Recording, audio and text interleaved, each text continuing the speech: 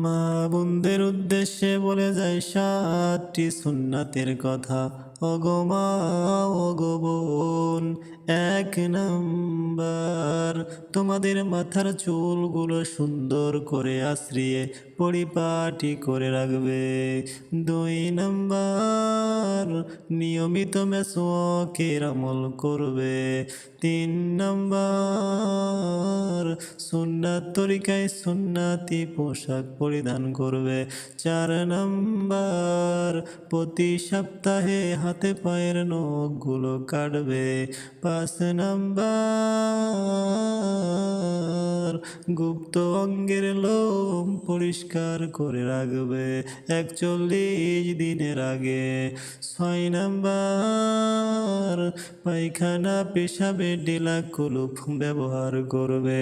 7 নম্বর, শুনে নাও মা গো বোন, প্রতি মাসের ঋতুক সিরাবে পট্টি ব্যবহার করবে। এটাই হলো তোমাদের জন্য দায়মি সুন্নাত।